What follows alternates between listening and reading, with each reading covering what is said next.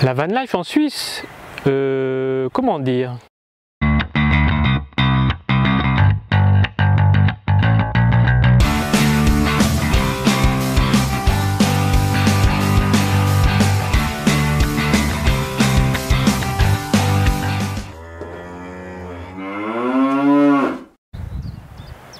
Bon, ce que je vais vous partager, moi, c'est ma petite expérience.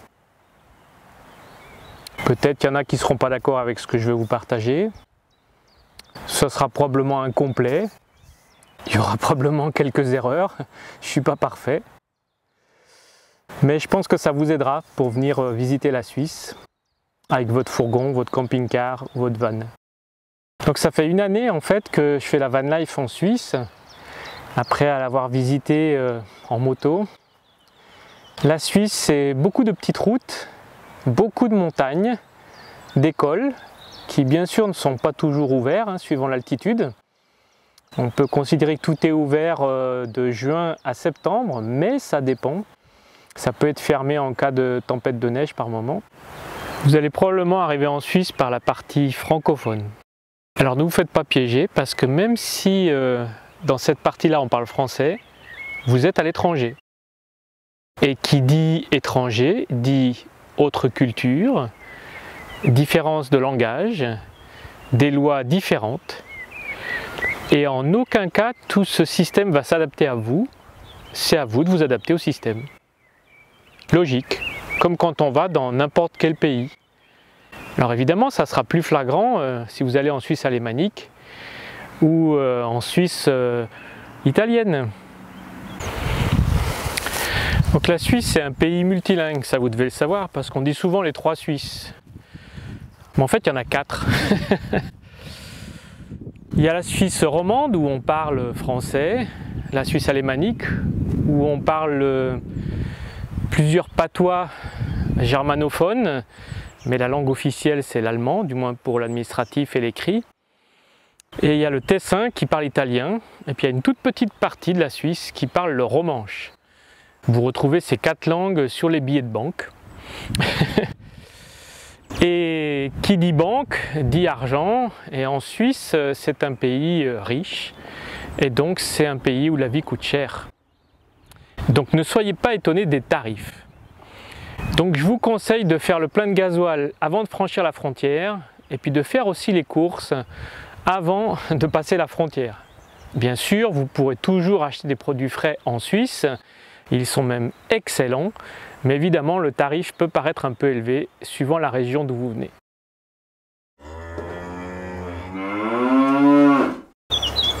Alors visiter la Suisse, oui, mais par où commencer?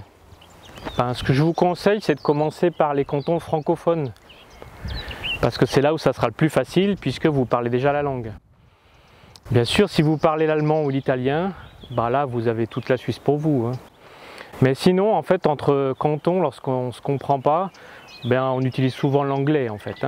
Donc on va dire qu'en Suisse, l'anglais est la langue en fait entre les différentes régions linguistiques. Je vous conseille de commencer par les cantons romans, qui parlent français donc, ensuite les cantons bilingues, comme le canton de Berne, le canton de Fribourg, le canton du Valais, et puis ensuite, suivant l'endroit où vous vous trouvez, de passer dans les cantons non francophones, où vous rencontrerez probablement des gens qui parlent français, mais la majorité du temps, en fait, si vous ne parlez pas la langue, eh bien, vous devrez utiliser l'anglais. Si vous avez l'habitude de faire vos courses à Carrefour ou à Leclerc, bien en Suisse, ça ne sera pas possible. Ça n'existe pas. En Suisse, il y a essentiellement 2 supermarchés qui sont la Migros et la Coop. Bien sûr, il y a d'autres magasins comme Denner, Aldi, Lidl, qui sont des magasins plus accessibles où vous pourrez aller faire vos achats. Mais je vous conseille de dénicher sur les côtés de route les petites fermes qui sont ouvertes pour vendre leurs produits au direct du consommateur. Et ça, c'est des très très bons produits. C'est pas forcément moins cher, mais ça sera excellent. Et en plus, ça vous permettra de rencontrer des autochtones, de pouvoir discuter avec eux, et ils vous donneront probablement des tuyaux pour passer la nuit et pour visiter.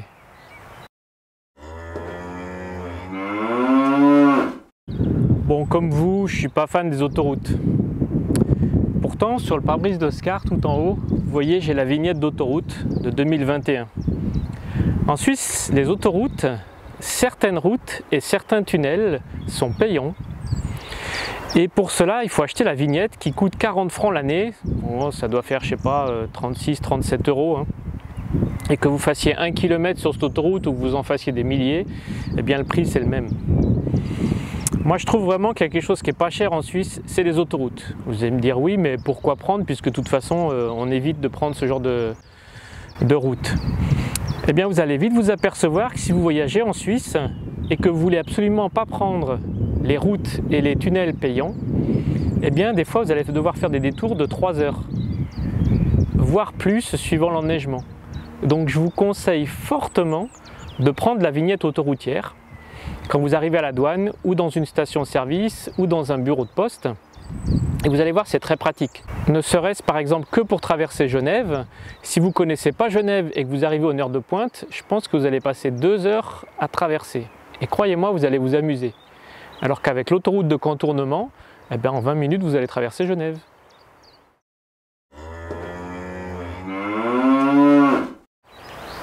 Les limitations de vitesse. Sur les autoroutes, c'est 120. Sur les routes, c'est 80. Et en ville, c'est 50. Mais il y a des exceptions. Vous pouvez avoir des portions d'autoroute qui sont limitées à 100. En général, quand il y a des travaux sur les autoroutes, c'est 80. Et il vaut mieux respecter les limites de vitesse. Considérez qu'à chaque chantier, il y a un radar. Ce n'est pas toujours le cas, mais je vous conseille. Dans les villages, ça peut être aussi 40. Par exemple, la majorité des villages du canton de Genève sont limités à 40 km/h. Il peut aussi y avoir certaines portions de route qui sont limitées à 70 km/h.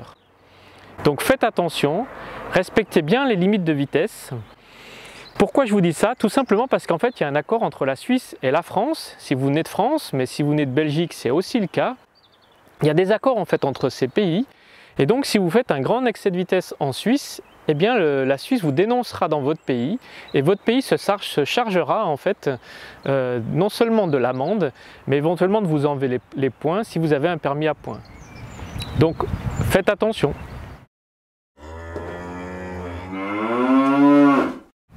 Alors, la question principale que se pose tout van lifer, c'est où dormir. Et la Suisse est réputée pour être difficile pour trouver des spots où dormir. C'est pas faux. Il y a une loi comme quoi le camping sauvage est autorisé en Suisse. Mais, parce qu'il y a toujours un mais, ça dépend des cantons, ça dépend des communes. Et donc vous allez vite comprendre que c'est quasi impossible de tout savoir. Donc, la meilleure règle de base, et le seul mot qu'il faut que vous reteniez, c'est discrétion. Plus vous êtes discret, mieux c'est. Bien sûr, vous avez des applications comme Park4Night que tout le monde connaît, mais sur 10 spots de Park4Night, il y en a 8 qui sont interdits. Alors après, évidemment, c'est peut-être une généralité ce que je dis, mais c'est ce que je me suis aperçu. Bon, moi perso, j'utilise plus une application qui s'appelle Maps, qui me permet en fait de repérer les petits chemins, les petites routes, les petits parkings, les endroits en fait où je peux m'enfiler discrètement.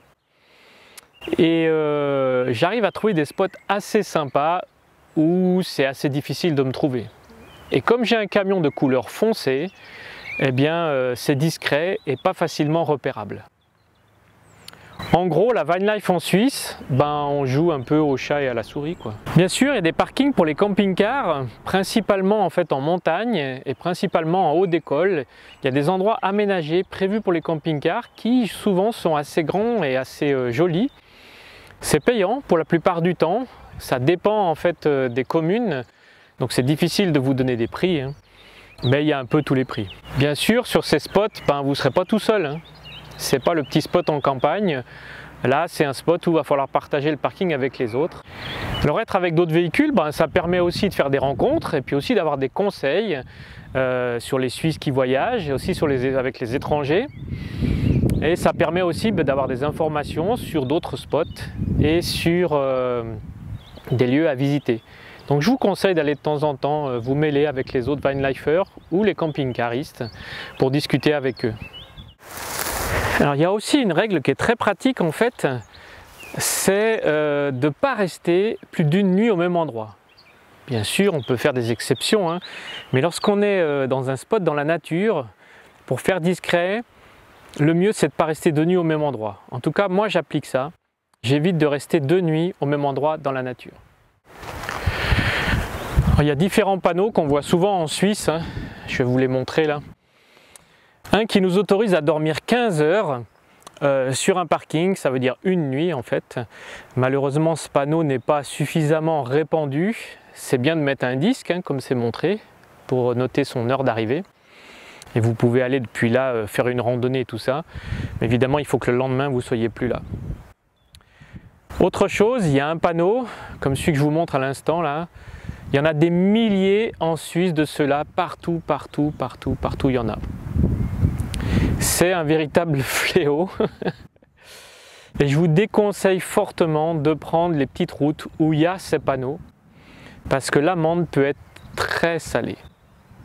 Donc évitez de les prendre et soyez très vigilants. Il y a plein de petites routes qui n'ont pas ce panneau. Il suffit juste d'être vigilant lorsque vous êtes sur des grands axes, de prendre des petites routes et de regarder en fait où est-ce que ce panneau est absent. Et là, il y a un spot au bout. Alors, bien sûr, en Suisse, il y a des campings. Mais j'y suis jamais allé, donc je ne peux pas tellement vous renseigner. Je sais qu'il y a ceux du TCS. Je vous donnerai les références tout à l'heure. Du site du TCS et de l'application du TCS, et puis vous irez voir par vous-même, mais j'y suis jamais allé.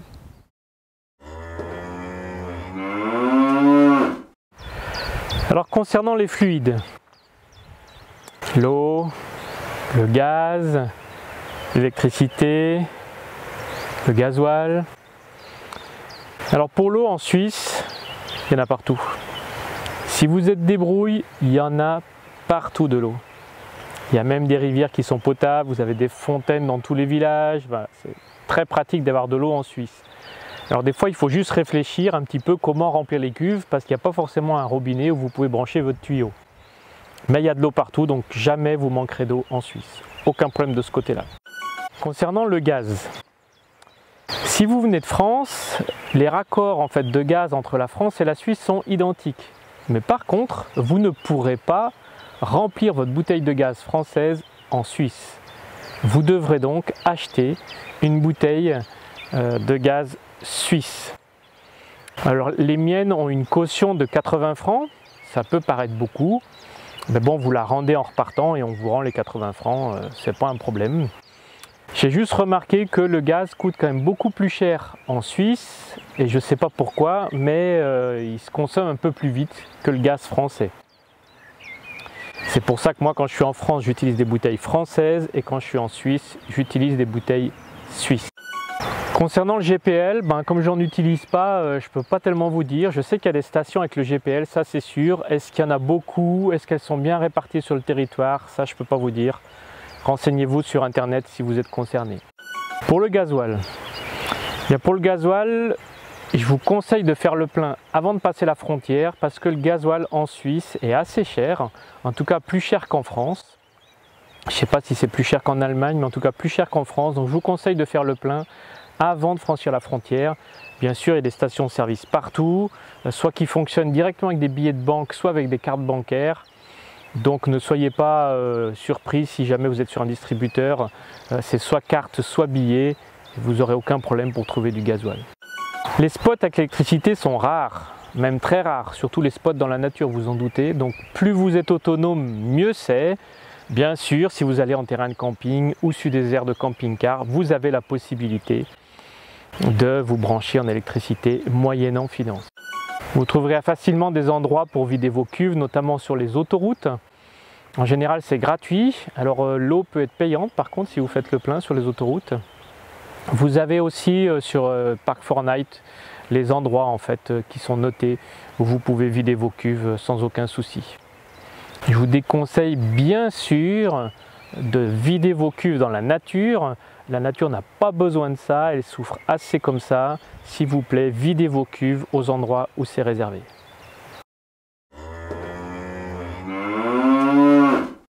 Concernant les poubelles, ici je suis dans le canton de Genève, donc il y a des poubelles qu'on peut utiliser librement et gratuitement. Mais ce n'est pas le cas dans la majorité des cantons. Généralement, les poubelles sont payantes et vous devez donc acheter des sacs spéciaux et taxés pour pouvoir jeter vos poubelles dans les cantons respectifs qui correspondent au sac. Dans toute la Suisse, vous trouvez des poubelles petites pour les touristes. Donc je vous conseille d'utiliser ces poubelles avec parcimonie, c'est-à-dire de ne pas garder un grand stock de déchets dans votre véhicule, mais au quotidien en fait de jeter vos déchets gratuitement dans les poubelles à touristes. Si vous avez beaucoup de poubelles, eh bien jetez-les dans un canton où les poubelles sont gratuites, mais il me semble qu'il n'y a que Genève. Et surtout, de grâce, ne jetez pas vos déchets dans la nature. Ce que je fais partout où je me pose, non seulement je ne jette pas les déchets, mais je ramasse toujours les déchets qui s'y trouvent. C'est-à-dire que je laisse toujours plus propre là où je me suis posé que lorsque je suis arrivé. Pourquoi? D'abord parce que la nature a vraiment besoin qu'on la nettoie pour vivre. Il lui faut des années pour avaler tous ces déchets qu'on trouve partout. Donc c'est bien de la nettoyer. Et puis ensuite, ça permet de laisser un bon témoignage aux gens qui vous voient ou aux gens qui habitent autour, avec qui vous pouvez discuter, ou même si vous n'avez pas discuté, ils vous ont vu. Et donc s'ils viennent après vous et qu'ils voient que vous avez laissé l'endroit très propre, eh bien ils seront plutôt favorables à recevoir d'autres Vinelifers la prochaine fois. Pensez-y.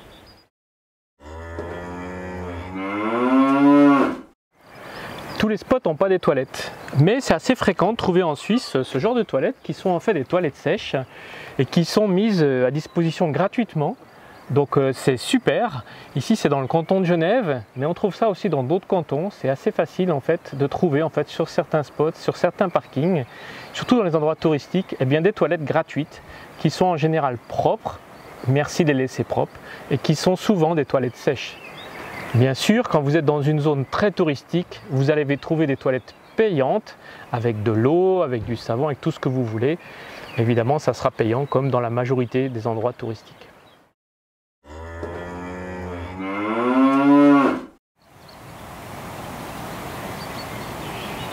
Le réseau téléphonique, on en parle?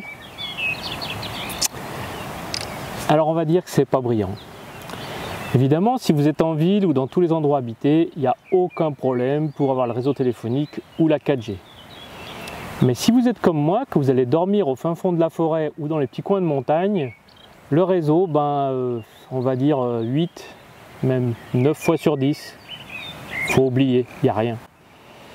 J'utilise 3 systèmes différents et j'ai encore une antenne extérieure que je mets sur mon camion pour mieux capter, mais malgré ça, pratiquement tous les jours je suis embêté pour avoir du réseau. Ce qui fait que je dois aller spécifiquement en fait dans les villes ou m'approcher des villes lorsque je veux télécharger quelque chose. Mais sinon je dois m'habituer à fonctionner sans réseau. La Suisse c'est un pays de montagne, donc voilà, on peut comprendre.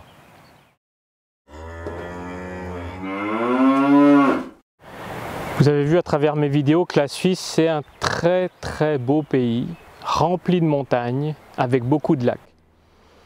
Ce qui signifie que les routes sont jolies, mais sont particulières, souvent étroites, dangereuses, beaucoup de pentes.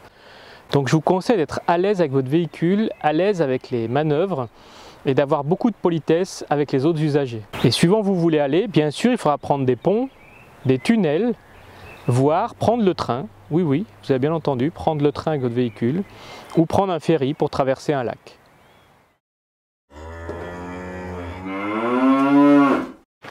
Mais que faire en Suisse?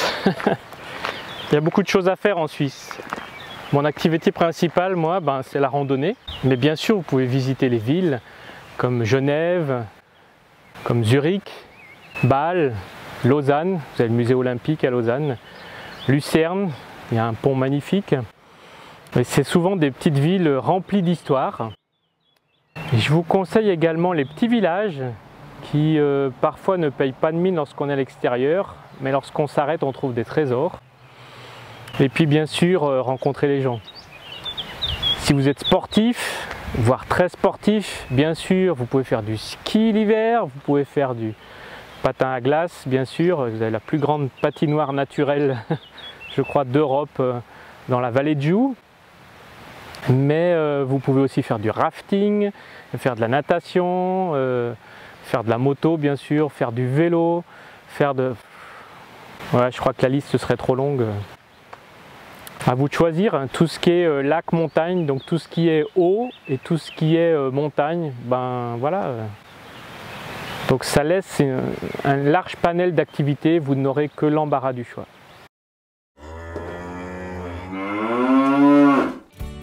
Voilà, on arrive au terme de cette vidéo et je m'aperçois que j'ai oublié plein de trucs. J'aurais pu vous parler des codes-barres pour les communes, de la taxe communale, des panneaux d'autoroute qui sont d'une couleur différente que dans le reste de l'Europe. C'est inversé. Bref, j'ai sûrement encore oublié d'autres choses. Donc n'hésitez pas à poser vos questions en commentaire sous cette vidéo et j'y répondrai avec plaisir. Merci également de mettre un pouce bleu si cette vidéo vous a plu, de vous abonner à la chaîne si ce n'est pas encore fait, et puis de partager cette vidéo avec vos amis et vos relations. Et puis je vous dis à vendredi prochain. Allez, au revoir.